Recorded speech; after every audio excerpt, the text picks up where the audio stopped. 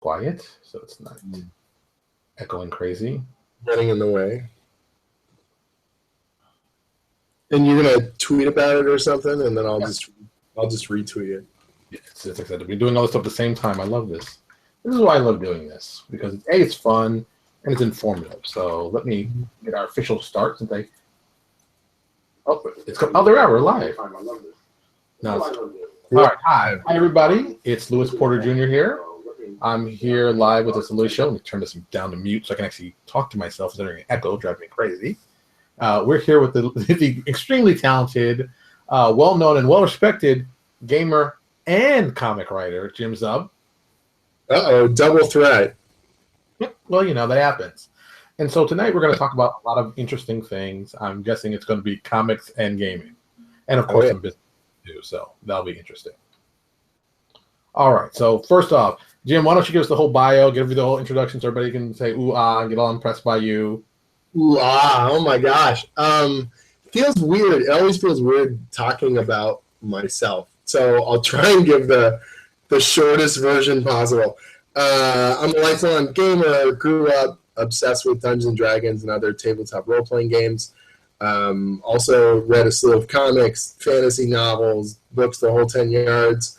Didn't really see any way to get into those industries. And so animation was something else I was obsessed with, and that kind of became my big inspiration. Went to school for classical animation, learned about filmmaking and storytelling and art. Worked in the Canadian animation industry for a few years, and I still teach at an art college here in Toronto, Canada, called Seneca. It's got an award-winning animation program, and I'm a program coordinator and faculty in the School of Animation Arts. I have a lot of fun doing that.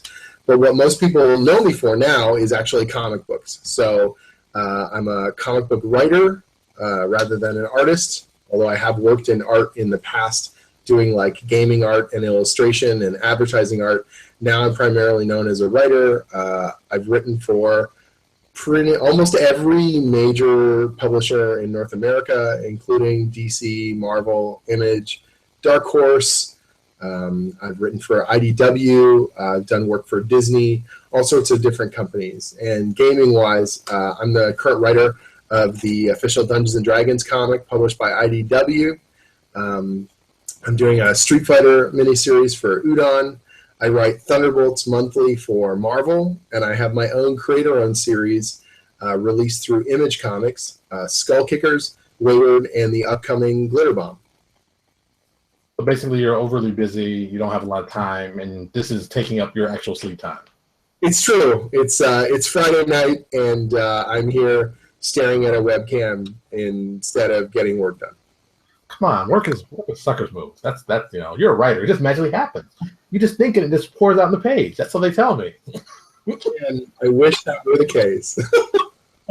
All right. So I found out about you years ago because of SkullKickers, but it wasn't because of your writing. It was actually Chris Stevenson's artwork. Man, that guy is so phenomenal. Yeah, his art is incredible. I was like, who's this artist? This guy's amazing. And then I was like, oh, he's in this book, SkullKickers. What's this book about? And that's kind of how I kind of met you on the Sideways thing. So tell me, being from Canada, being from Toronto, I believe I'm still correct. You were working with Udon for a little bit. Yeah, I was actually at Udon for a long time. It's funny now because I'm known for my comic writing, and I worked at Udon for 9 years.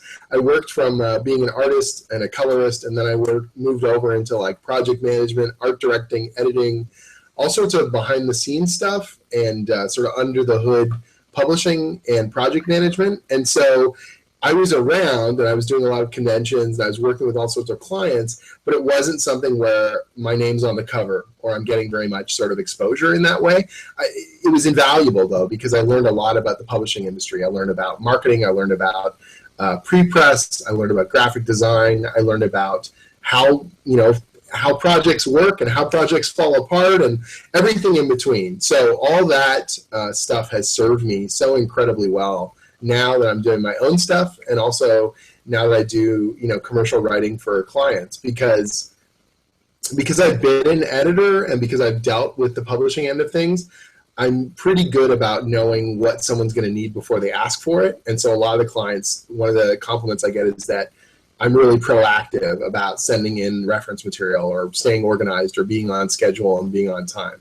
And, as much as it is about the quality of the writing, making someone's life easier is definitely a selling feature when you want to be in freelance, creativity. And so all the stuff that I did at Udon for like 9 years has served me very, very well now that I'm doing stuff for myself.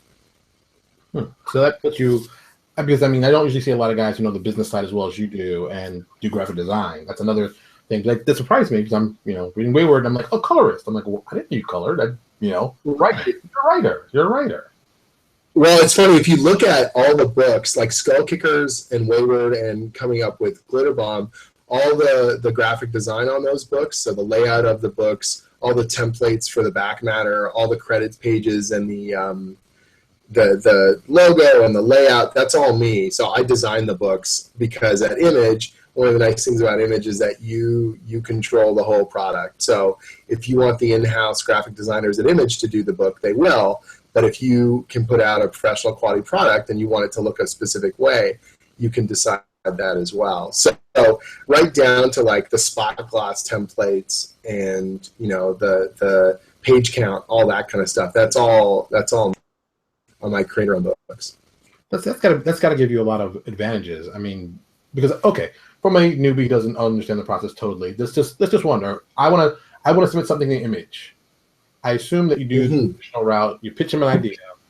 You have a semi-finished book with you as a writer and with on it, and then you go, here's what we're trying to do, and then you just pitch it like you would pitch anything else in the industry, and they say yay or nay or. Yeah, Image is a really unique publisher. So a little bit of background for people if they don't know. Most people know Image because of whether you know it from the 90s, from like Spawn and Wildcats and all that kind of stuff, or the current Image from The Walking Dead and titles like that. People do not realize sort of what Image is all about. So Image was formed by, oh God, I'm going to get this number wrong. I always say this wrong. It was either 6 or 7. 7. The Marvel creators. I said 6 one time, I think, and someone was like, it was 7. I'm like, oh God. It was formed by these, let's say 7. 7 Marvel top creators at the top of their game. Don't make me list them right now. And they left Marvel to create their own comics and to control their own destinies. And so the idea is that whatever they published at Image, they would control every aspect of it. They would control the characters, they would control the publishing schedule, they would control the art and the writing and the design, and no one could take that away from them. And, these are guys like Jim Lee, who is the top artist in the industry doing X-Men, and Rob Liefeld, who's doing New Mutants and X-Force, Todd McFarlane, who is doing Spider-Man. And these guys and their peers went and formed this company. And what's amazing about Image is instead of just taking these 7 guys and saying, okay, we made our own, now we're at the top of the pyramid, they opened it up to a lot of other creators, and they opened it up to other people to be able to control their own creations. And so Image is almost like a co-op where you bring them a project, and if they feel that it is of quality and it has something of merit that they want to publish, as long as it meets sort of this base criteria, they will solicit it in the catalog, the Diamond distribution catalog, and put it out in comic shops. They'll send out your PR, the Image logo goes on the thing and everything else. But then also, they're paying the printing bill for you up front. They're taking care of a bunch of those fees. They take off a flat fee for what's considered like an office or administrative fee in order to package and put it together. And then everything else that's left is for the creators. So if the book doesn't sell very well, you might not make very much money, or in some cases, no money. But if the book sells, Image's threshold is a lot lower because they don't have the kind of corporate overhead of a Marvel or a DC. You can make money than you would working on a superhero title, even a top tier superhero title. So someone like Scott Snyder, arguably the biggest writer in the business, he was doing Batman for the New 52. Right. He is making oodles and noodles on Batman. He's making tons of money on Batman. And he did a book for Image called Witches. And he said publicly in interviews that he made more money on Witches than he did doing issues of Batman. And you're like, this is crazy. Batman's the top book in the industry. You know, on a month-to-month basis, it's selling 3, 4, 5 times as much as Witches did, even at its opening issue. And he's making more money on Witches because of the way the Image system works. And so, you know, it's not perfect, obviously, but nothing is. But the fact that you have your own control, you can put out the book that you want to, have major distribution on it, particularly now, because Image is the number 3 publisher in the industry. And not only that, but, you know, you get to own it and control it. And not only control it, Image takes nothing. And this is all public information. I'm not saying any sort of secrets. Image, it takes nothing for media. It takes nothing for merchandising. It takes nothing for any other ancillary stuff. So when Robert Kirkman does the Walking Dead TV show, Image takes nothing, $0. Their book sales will go up, obviously, and they take a percentage on trades and on foreign and on digital.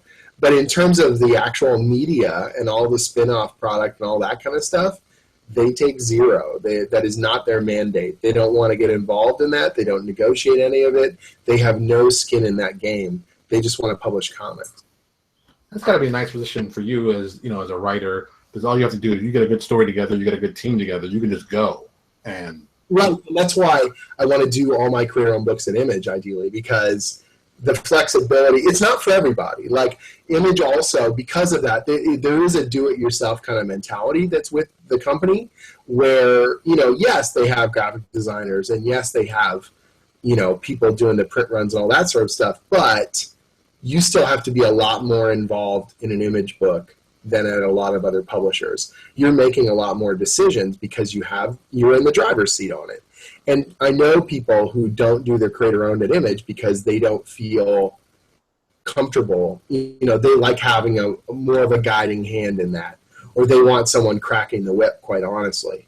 Image is there to tell you the deadlines, but if you don't meet them, then, you know, that's your mistake, essentially, at the end of the day. And so for me, as someone who is generally pretty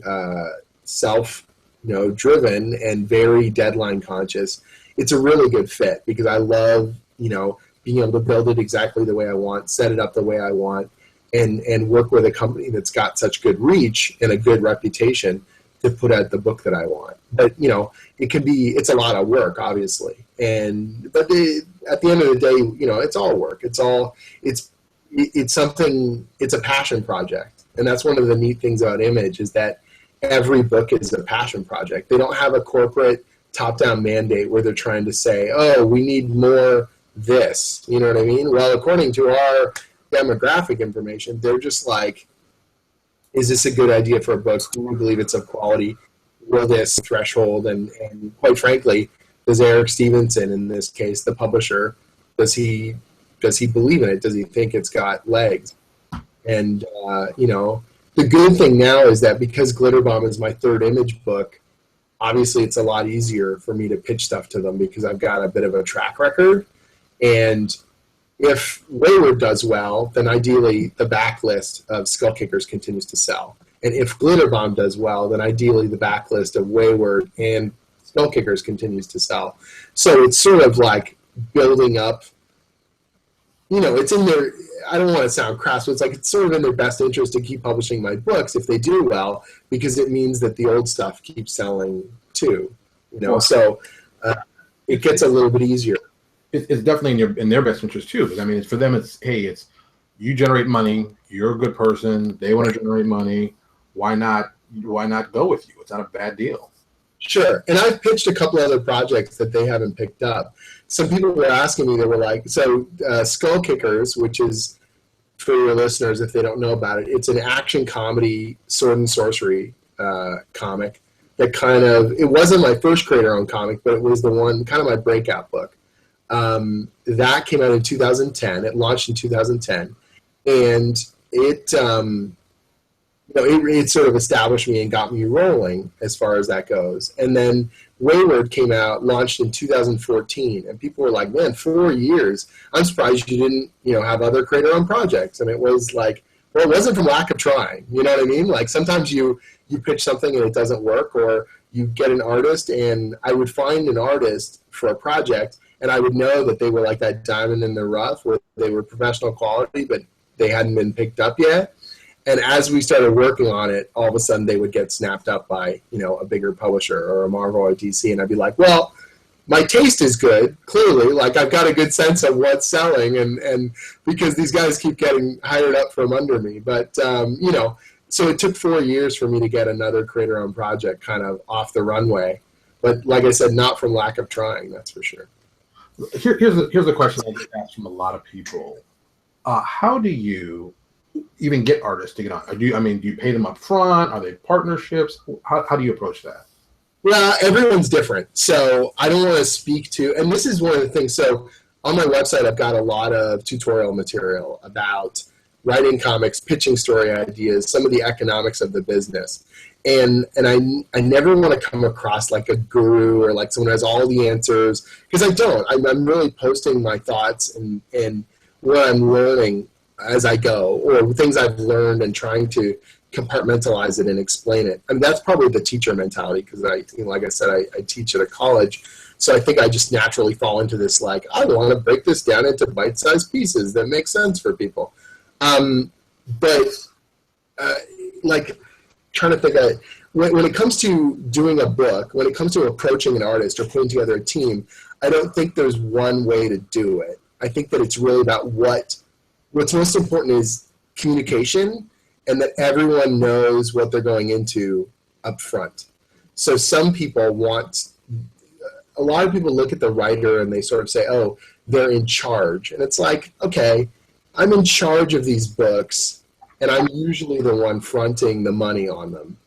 But at the end of the day, it's got to be a collaboration for me. And so as much as possible, like on Wayward, Stephen and I co-own Wayward, right? So we have a 50-50 stake in the book. He trusts me to manage the business end of it because I've got more experience in this, and I've got the contacts and image, so I'm dealing with them on a day-to-day basis. Okay. Stephen also lives in Japan, so he's 13 hours ahead. So while the image office is open, he's sleeping. So just through sheer reality, I'm going to be the one that's going to be dealing with them in a general basis. But we have a trust built up that, yes, when it comes to the equity on the book, we co-own it, and I'm usually the one that's got the steering wheel sort of making the decisions on it. And so for me, Wayward was interesting because Stephen and I built it from the ground up. So I wanted to do a book with him, and we co-created the thing right from scratch in order to play to his strengths and sensibilities. In the case of something like Glitterbomb, I had the idea years ago, and I was looking for an artist, and Jabril Morissette, who's the artist on this new book I'm doing, I met him at a convention, and I thought, wow, this guy's super sharp. I would love to do this book with him. So I kind of brought the project to him, but we still co-own it, because I feel that that's really... regardless, there is no one way of doing it. Obviously, like, when it comes to comics, this is going to spend more time with the book than a writer is. That's just the simple truth. I can write, on a good day, I can write anywhere from 10 to 20 pages of script if I'm in the mode. And an artist is going to spend a month on that same 20 pages, or maybe 3 weeks if they're killing themselves, right? And so it's not fair for me to, like, I can do multiple projects at the same time. I literally have a day job where I'm teaching and getting a paycheck. And then I come home at night and I'm writing scripts and getting a paycheck for Marvel, right? An artist can't do that. Like, they could do some commissions or something at a convention, but they're going to be nursing that same single issue for an entire month. It's one of the reasons why I think the current industry is so writer-centric, because you'll see that same person's name can pop 4, 5, 6 times a month, potentially, on projects while an artist can only put out one. And some artists aren't even monthly, so they can only do a run of maybe 4 or 5 issues before they kind of run out and they need a break or they need to play catch up. And so if an artist can only do anywhere from 8 to 12 issues a year, and I can write 30, you know what I mean? Like, it's just a different economy of scale there. And so that's why I don't mind investing in the book. Even if we've got co-ownership of it, I put my money where my mouth is, and I say, okay, I will pay you, like in the case of Jabril, I hate to say, like, not what he's worth, not what he would get at a bigger publisher, but he also has skin in the game, right? So he gets a page rate that he can live off of, and he can do this book as a full-time job. And then on the back end, we're both going to get profit, ideally. And so that's my investment in the book. I'm paying him, I pay the colorist, I pay the letterer, and in some cases alt cover artists if we've got multiple covers. And then I'm going to make sure I pay myself back from what we get profitability-wise, and then whatever's left in the pot afterwards, we then split. Okay. So that's the way I do it, but it's not to say that that's the only way to do it or it's the right way to do it. It's just a method. I know other people who are like, I paid for it as the writer or as the whoever, it's mine. You're doing this as work for hire, which is your classic kind of commercial art. And that's valid as long as everyone's on the same page and you sign your contracts and you communicate clearly. Just don't go into it and be a shyster where you're like pretending it's one thing when it's something else. That's all, Before I forget, let me give everybody your website. It's www.jimzub.com. All the articles that Jim talks about are right there on the right-hand side. That's usually a lot of things I go through. I just, since we talk a lot of business in this and we do it and we focus on that, let's talk about that fun stuff, because I'm sure you're going to do it. Sure. Okay. Retailers. Okay. As an independent publisher. Oh, okay. Let's put this in context. As an independent publisher, you've done very well online. Mm-hmm. Well enough to show people your numbers, showing how it's doing, showing how it's growing, and you built your growth that way. Right. How has that been an issue or a problem with retailers who are very much like, hey, we want them to come to the store, we want them to buy them, why are you giving away stuff for free? Well, so that's a little bit more of a complex sort of a thing. So the comic industry, it's one of the weirdest parts of retail. As much as the readers are your end customer, in the comic industry, if you're selling to comic shops, the retailer is your actual customer because the vast majority of product is non-returnable. So convincing a retailer to carry a comic is sort of the end goal. Now, if it doesn't sell for them, they're going to stop ordering it. So they want to be able to sell through to their customers. But in theory, the retailer is the person that I have to convince in order to give it good placement, in order to talk it out to their customers, and in order to have them, really build my readership. And that's a filter. That's a difficult thing to do. If you've got a track record of success, or if the retailer loves your books, then it becomes that much easier, right? The new Matt Fraction book, or the new Warren Ellis book, or the new, whatever, right? But if you don't, then you have to find a way to build that audience. And that can take time, and it can take a lot of difficulty. So what happened is I was publishing SkullKickers at Image, and it was doing relatively well. But like anything else, in the comic industry, generally speaking, there's an attrition. So with every month, your sales are getting a little bit lower on the monthlies. Ideally, your trade paperbacks are picking up the slack. People are getting it in collection. But in some cases, they don't. Or in some cases, you're still trying to find that audience. And SkullKickers was my breakout book. I wasn't a known name. I don't know. I still don't feel like a known name, but whatever. I wasn't known for sure while I was doing SkullKickers. And it felt like we were selling out of the print runs of the issues, but the print runs were getting smaller. And I'm like, I need to build this audience. I need to open it up. Back in 2001, I did my own webcomic. and I posted stuff online. That was really my first comic ever. And there's no barrier for people to find a webcomic. You know, there are more people that read Penny Arcade than read Justice League or Batman, because it's a click-through, right? It's the simplest thing to be able to read a webcomic. And so to me, it was sort of like, okay, these old issues have sold out. So the Venn diagram of my audience is this big. This is as big as my audience can be right now. But if I gave away the early chapters for free and people liked it, I could definitely expand that audience, because you got people who like comedy and fantasy stuff who have never stepped foot into a comic book store. You have people who are gamers who may not have seen my book ever because a gaming store or their local comic shop doesn't stock it or put it in a position that they would have found it. Or just whatever number of reasons, they've never seen this book, and I think they would like it.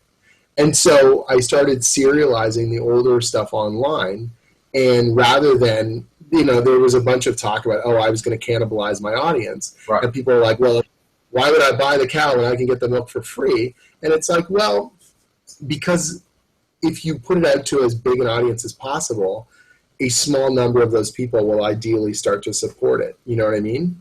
And plus, we were serializing older stuff, so if you wanted to get caught up or you wanted to support it here and now, you could push forward and pay for the book. And that's what we found. We found our numbers went up. So our trade sales went up, our digital sales went up, which was the most mind-boggling, because people were like, digital went up, like you're giving it away online. But I was like, again, older chapters, you know, or people would just buy it because they want it all on their tablet instead of clicking through page by page on a website. You know what I mean? And so it ended up really benefiting us rather than hurting us. I don't think that it's a catch-all solution. The format worked really well. A lot of people read humor comics online because it feels like reading the comics page in your newspaper. They're getting their little gag comic or something like that. It's something that makes people happy and they enjoy, I think is probably a better fit for online. There's a reason why people share cat videos. You know what I mean?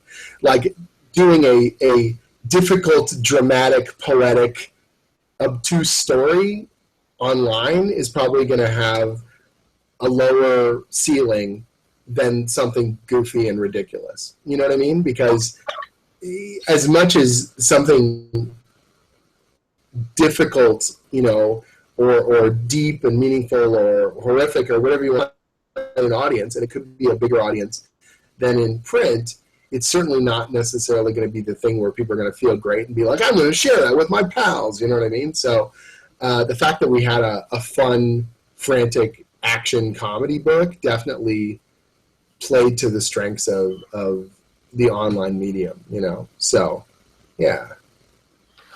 And I assume that you sell on Comixology. Mm-hmm. And I know there's other small... I'm sorry, I cut you off. Oh, yeah, sorry. So all the Comixology stuff is arranged through Image, so that's just my publisher is setting it all up. So it's not like I have to do any of that. That's all, you know, that's all set up through them. Okay, because I know there's other places. I know for myself, I sell PDFs online through RPG Now, and which is Drive Through RPG, which is also owned Drive Through Comics. And I wanted to know if you thought about doing that, because I know the guys over at evilinc.com, evil-inc.com. Right. They sell through them, and they've done very, very well to the point that it's like another great source of income for them. And I wonder if that's going to be the same thing with you. The digital stuff, so Image handles the digital end of it. So I know that some of my stuff, like the Udon stuff, is available through Drive Through Comics. And I think the Dungeons and Dragons comics might be available through Drive Through Comics. Yes, it is. And the Pathfinder stuff is. But my creator-owned stuff through Image, I'm not sure what the exact deal structure they have with Comixology. It might be exclusive in some way that they haven't started offering their stuff through Drive-Through. So it might be possible down the road, but it's not something that I'm currently doing. What's interesting is when I look at the digital numbers, as much as people were so terrified when digital comics really took off, and they were like, oh my God, they're going to kill the brick and mortar stores and they're going to destroy print.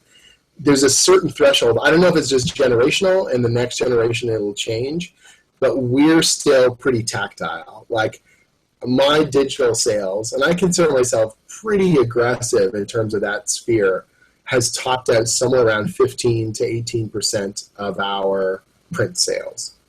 For both SkullKickers and for Wayward. And so I talk to other creators, and I've never heard of anyone whose digital sales are higher than mine in terms of percentage. Like they might be in terms of units, but not in terms of percentage of their print sales.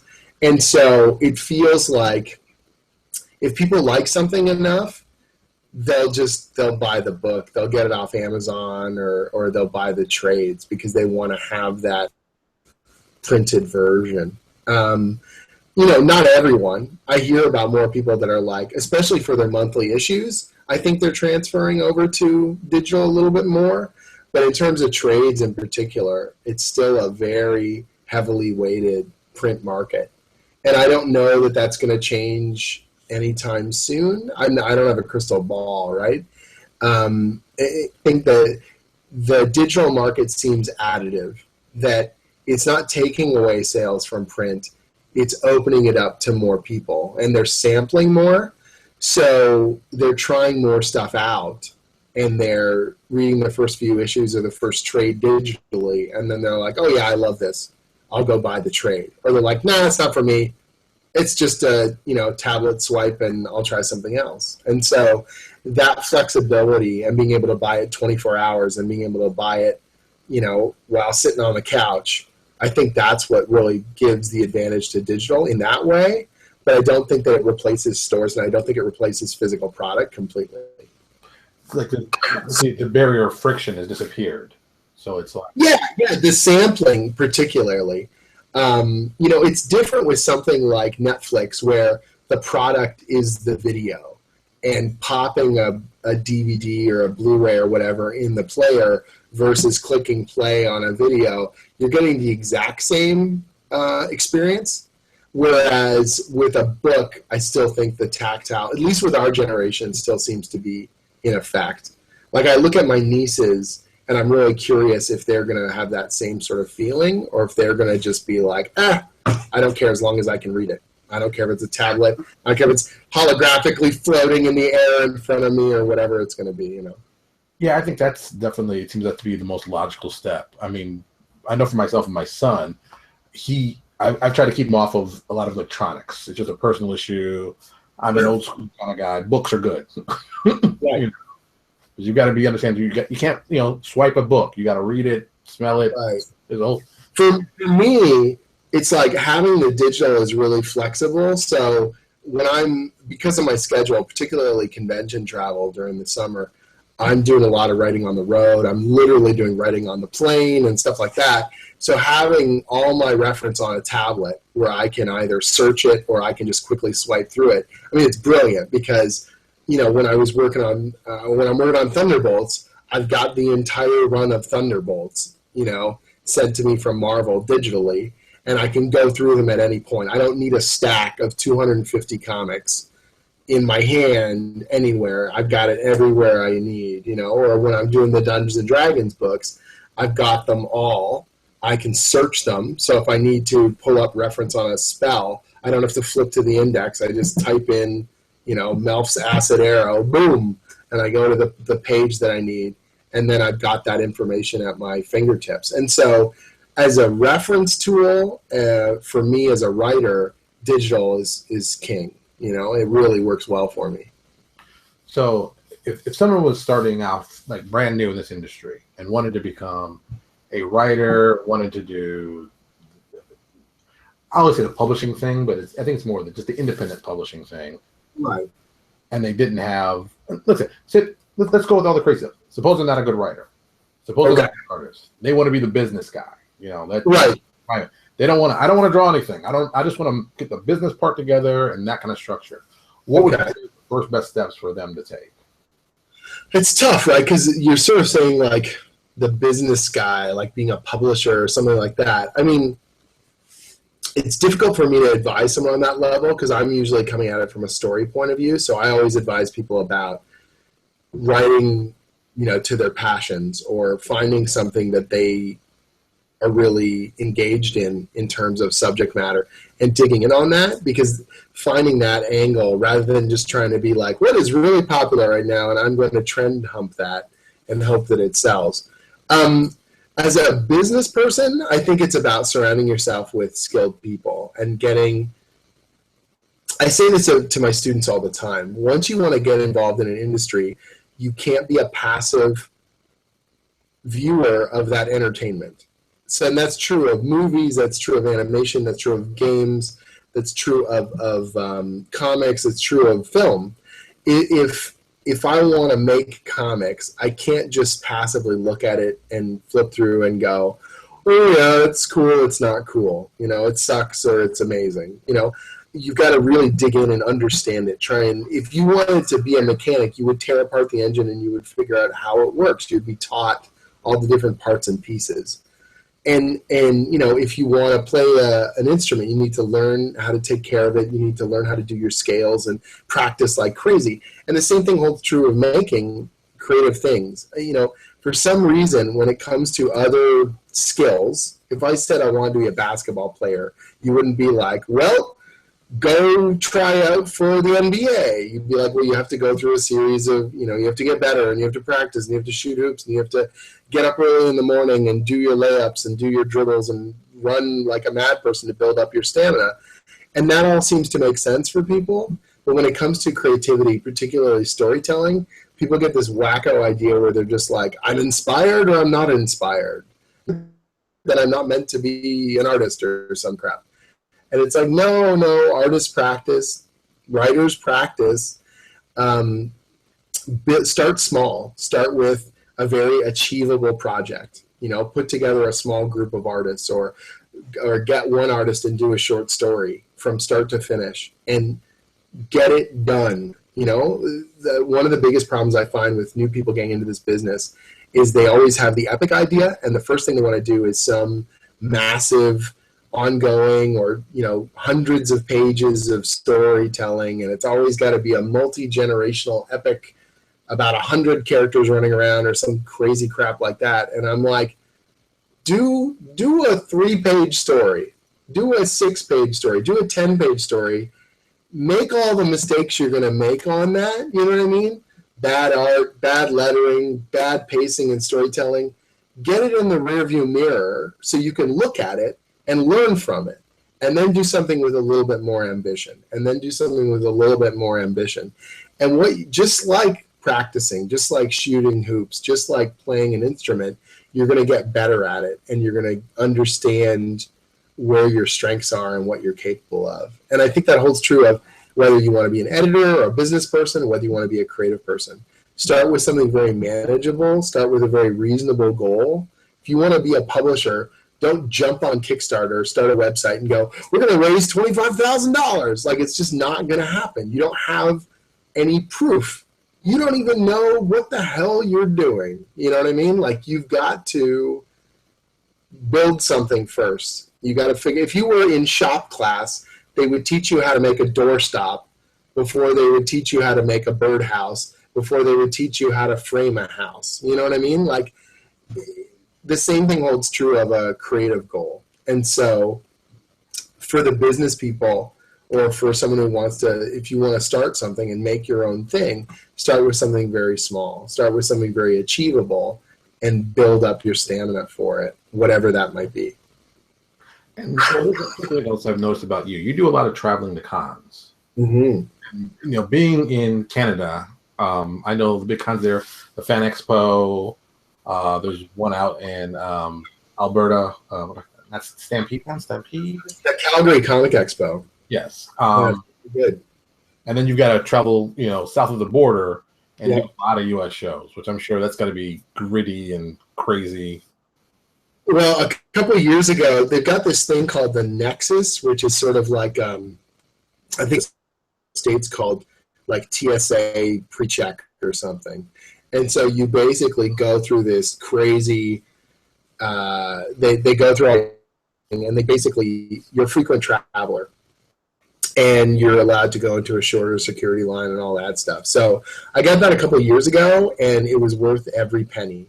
It saves me hours and hours of time at the airport and stuff like that. So, yeah, I do a lot of traveling. I do between, it used to be more, but now I'm doing between 12 and maybe 16 shows a year. So bouncing all over the place, you know, a lot of weekends away, a lot of rescheduling classes, stuff like that. Something else I noticed that was kind of surprising, and I didn't understand it at first, and then I really thought about it, and I said, "Oh, it's brilliant! You do a lot of library shows." Yes. Yeah, I didn't realize that was a big thing with trade paperback guys, is getting stuff in libraries. So I will tell you the secret. It's not even a secret. It shouldn't be a secret. The thing that drives me crazy about people when I tell them I do library shows and they look at me so confused. There are more libraries in North America than there are bookstores. Because there's a library at every high school. Because there's a library in every community practically. And the great thing is that these librarians love books. When you're at a comic show and there's people in huge costumes and there's video games and there's lights and sound and craziness, and you're an independent creator trying to get someone's attention, man, it is hard. It is really hard trying to get someone to come over to your booth and give them the pitch. You know, it gets easier the more credits you have under your belt, because you're going to have people come to you, or they're going to know your work, or they're going to recognize something that you're associated with. But when I go to a library show and librarians are walking around, most of the time they're talking to salespeople, they're talking to publishers. So when they meet an honest-to-God creator, they engage you in a big way. They're like, really, you wrote this? Yeah, tell me about your story. They love books. Librarians don't get into this business because they don't love books. They love books. They want to talk about storytelling. They want to talk about books. And graphic novels in both bookstores and in libraries are the only category right now that are showing growth year after year. Graphic novels are a growth section. And so both booksellers and librarians want to know, they want to crack the nut. They want to figure out how this stuff works and why. And they will talk to you at length about it. And if you are polite and kind and engaging, they will remember you and they will support you. And if you talk to a book buyer for a library, they're not just buying for one library, they're buying for a chain. And they're buying your backlist, you know what I mean? And if you get on an award list, a lot of librarians, they know graphic novels are a thing, but many of them aren't well read in graphic novels, and they don't feel like they have a lot of knowledge in that area. So they look to a handful of outlets, and there are only a handful of them. If you get on one of those lists as like a recommended book, you are talking about thousands of sales instantly, because the librarians will go, oh, I trust this organization that puts together a list every year that says these are good books for your teen readers in libraries. One of them is called YALSA. So it's I'm going to get the acronym all wrong. Young Adult Library Services Association, I think. So SkullKickers Volume 1 was on the YALSA list because they said it was great for young boys and reluctant readers. And we got thousands of sales from libraries. Wayward got on the same list because it was great for teenagers, with thousands of sales, because the libraries will just look at that list and they'll go, we're ordering one of all of these, because that's a vetted list that they trust. And so if you can breach those barriers, and you can, it's tough because a library show isn't like a comic show. You don't go to a library show and walk home with cash in the pocket. You know what I mean? It's an investment. You got to look at it and go, I'm going to spend a certain amount of money, I'm going to spend a certain amount of time, and I may not see the benefits of it immediately, but over the long haul, if I've got a good product, and we can get attachment, there's some value there. Now, I've been able to piggyback. So my wife works in publishing as well, so she goes to library shows, and so I can piggyback on that. Oh, well, now I got a hotel room. Oh, well, now, So I'm cheating a little bit there, where I can make more of a library show than most people. But but it's valuable. There's definitely an audience there. And I see more and more comic publishers sending salespeople because they kind of know, there's something there and they're trying to grab a hold of it. And what's funny is some of the biggest people in comics aren't doing superheroes, you know? Do you know who Raina Telgemeier is? Never heard, no. Okay. And that's pretty typical. I'm not trying to put you on the spot. Raina Telgemeier is a graphic novelist. She's published through Scholastic usually.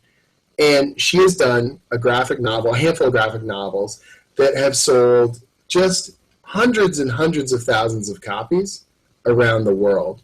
And they are stories about kids. One of them is called Smile, which is about her as a kid when she had to get braces. There's another one about her and her sister. There's another one about these kids that are backstage doing a drama production.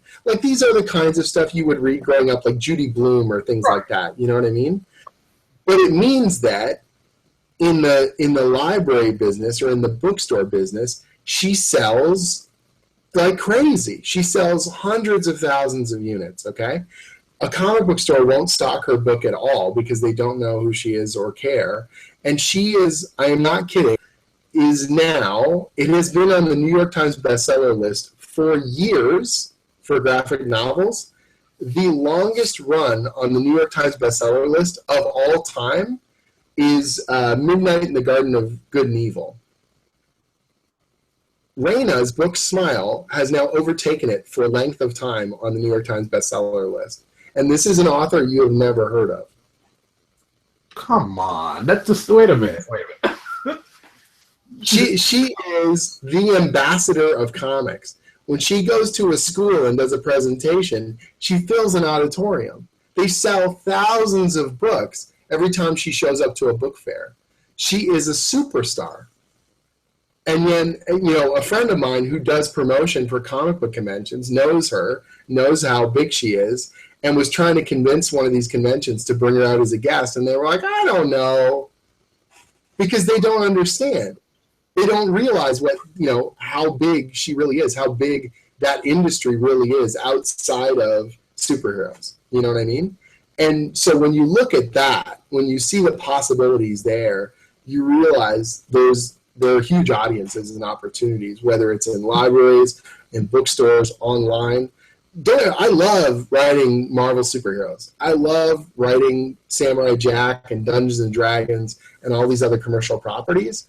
But you can get really navel-gazy about this stuff and assume that that's the end-all and the be-all.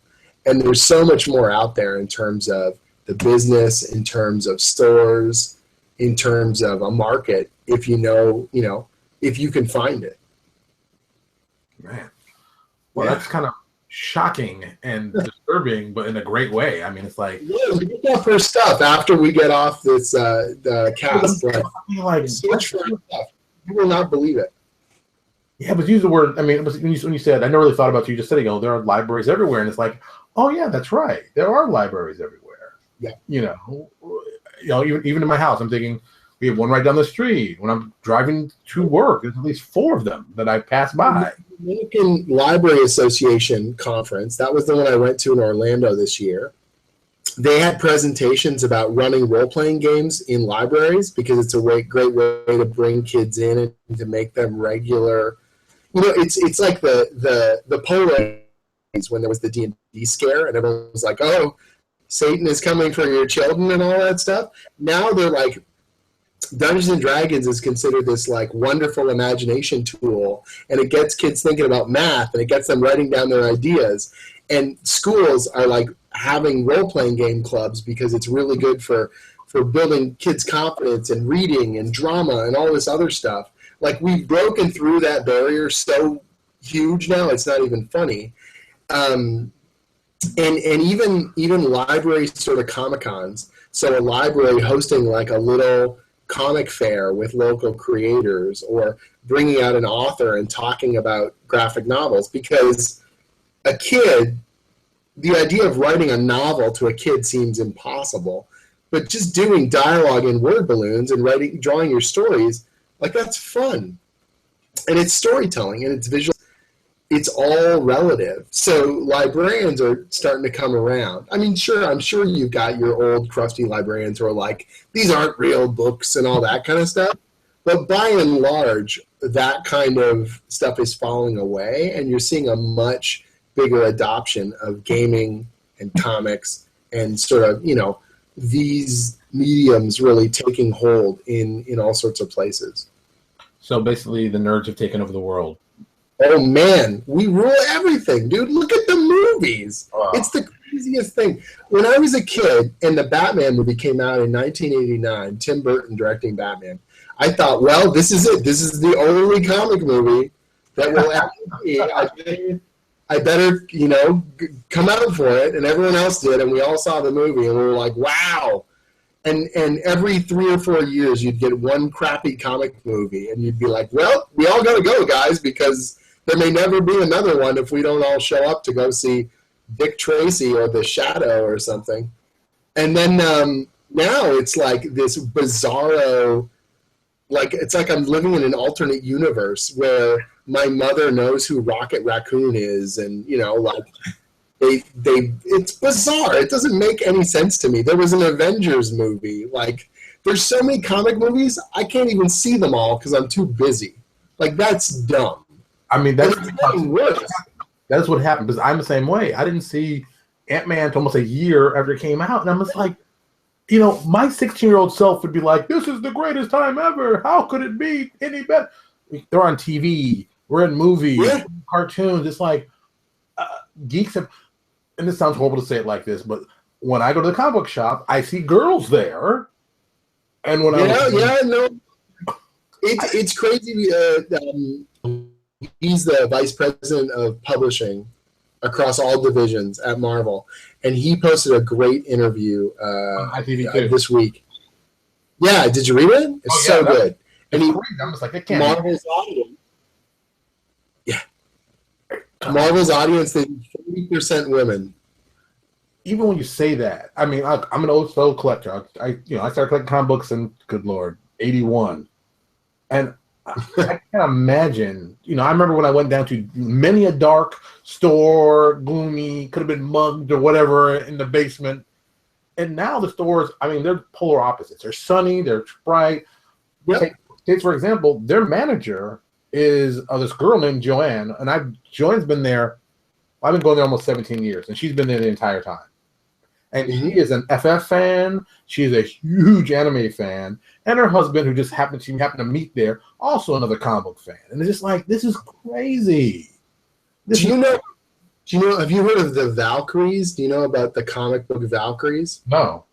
So Kate left. She's a comic creator and writer now. But at the time, this is years ago, she was working at a comic book shop in Halifax in Canada on the East Coast.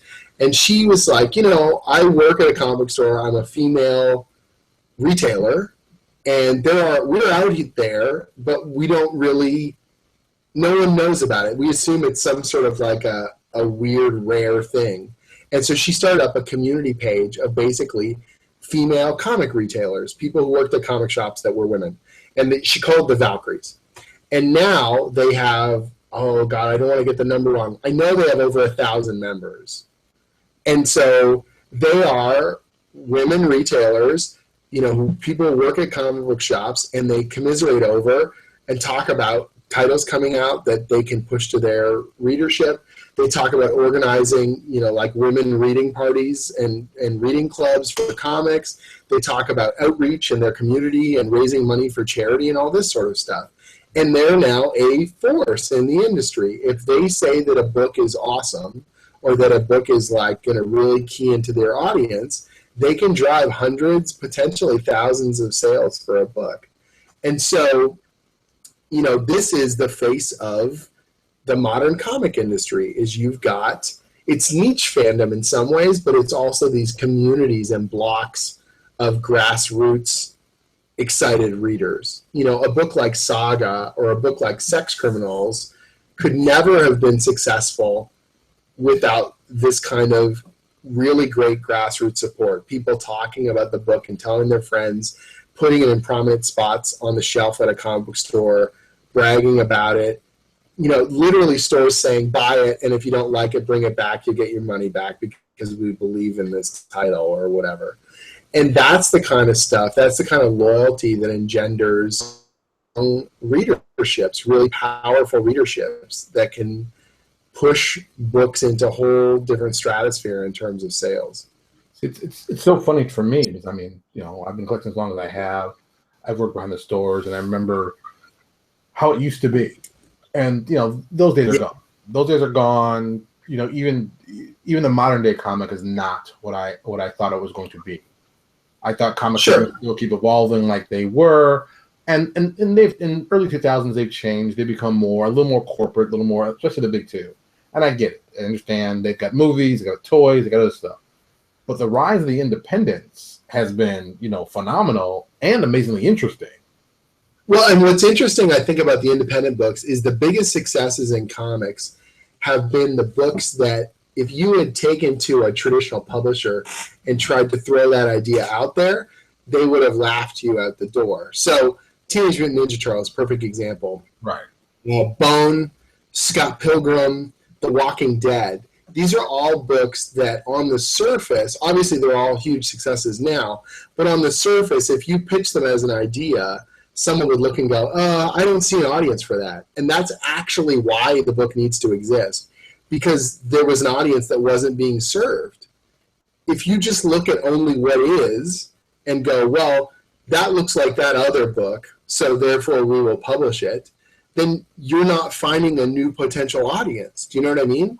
Like, this is the whole thing, is that in order for you to find that magical sort of audience, you need to push out into an area that's not being served, There is nothing like that out there. And that doesn't mean just by doing something different you will instantly sell, God knows.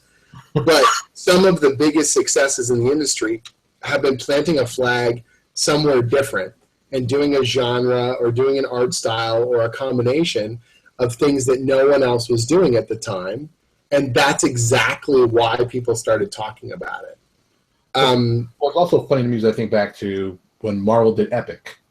And, they were trying different things. And it just, I think, like any company of its size, that wasn't their forte.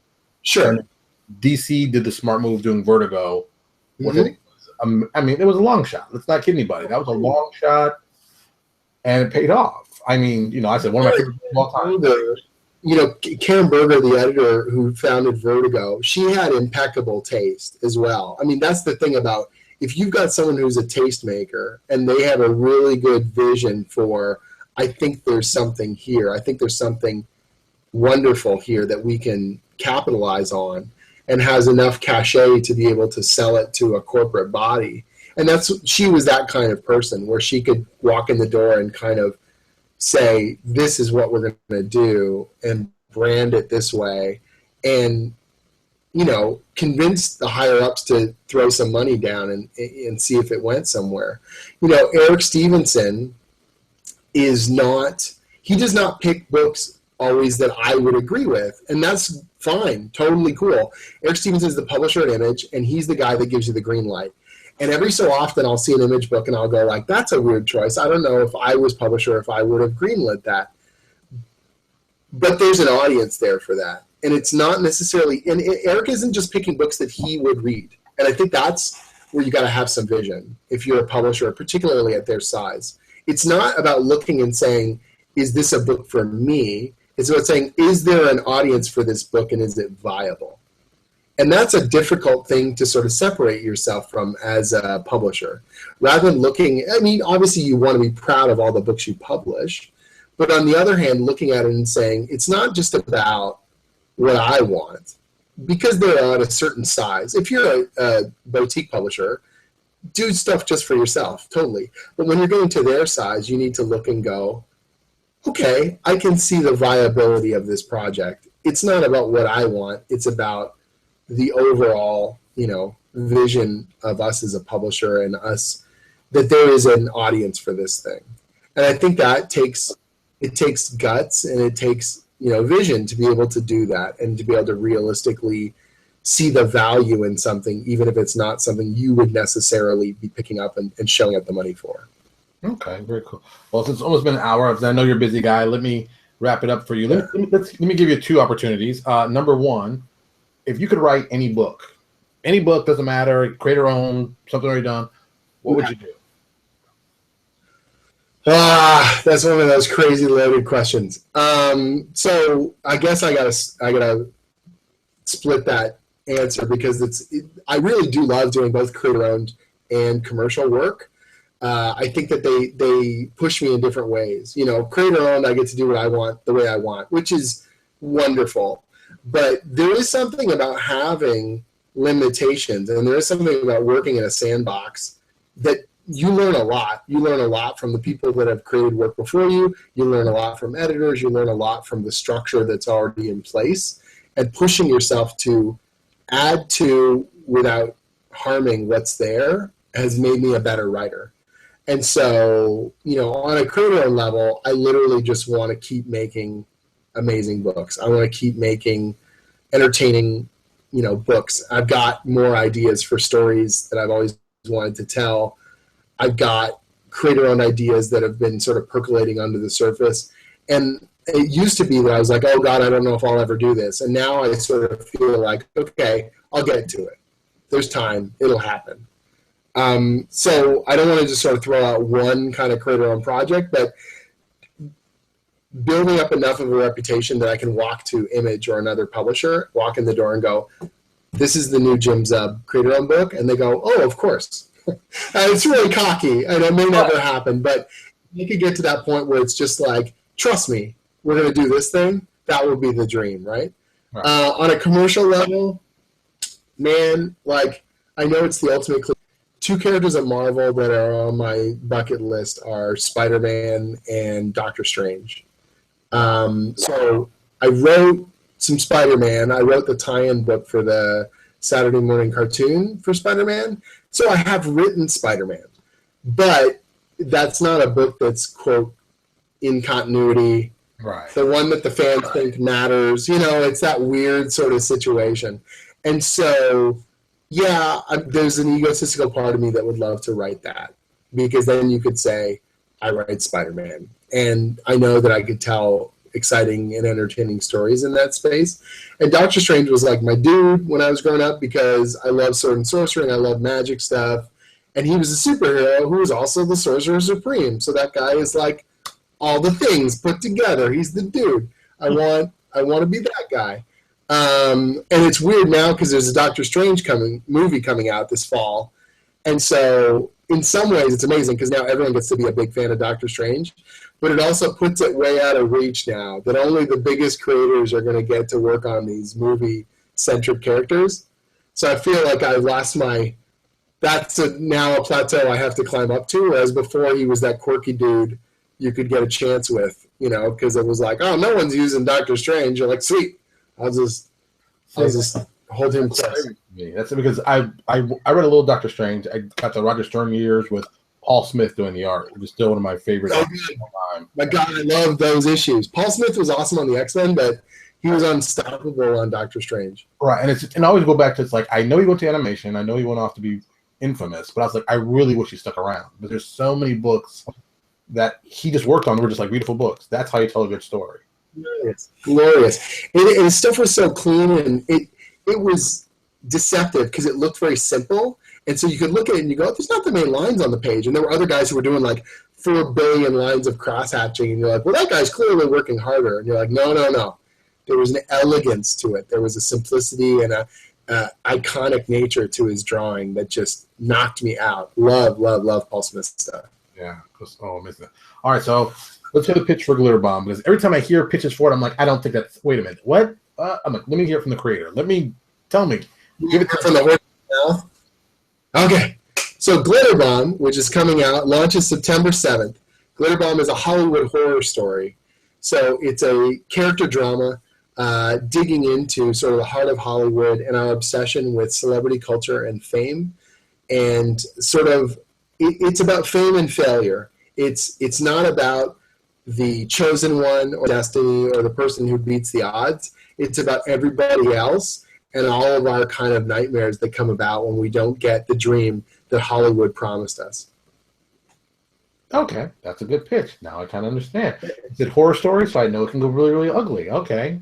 Will it be supernatural horror or more just... It's a character drama that is punctuated with horror. I think that's the best way to sell it, because I don't want people thinking it's like Monster of the Week or like, do we use crosses or salt circles to get rid of this thing? It's not really like that. It's not like, where does the garlic go? Like, it's not that kind of a monster story.